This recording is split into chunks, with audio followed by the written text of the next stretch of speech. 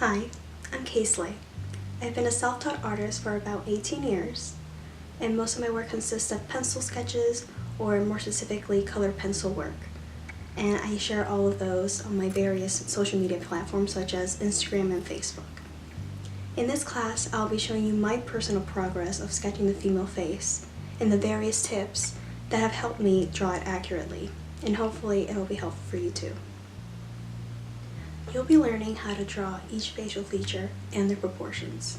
The goal of this class is for you to gain an understanding of the important relationship all these features have with one another and how they all come together to create the female face. Learning this skill will act as one of the many foundations for the rest of your journey as an artist. Whether you wish to illustrate your own stories one day or just reimagine life by doodling in your sketchbook, knowing how to draw the female face will act as a foundation for you to create all those worlds and masterpieces you have in mind.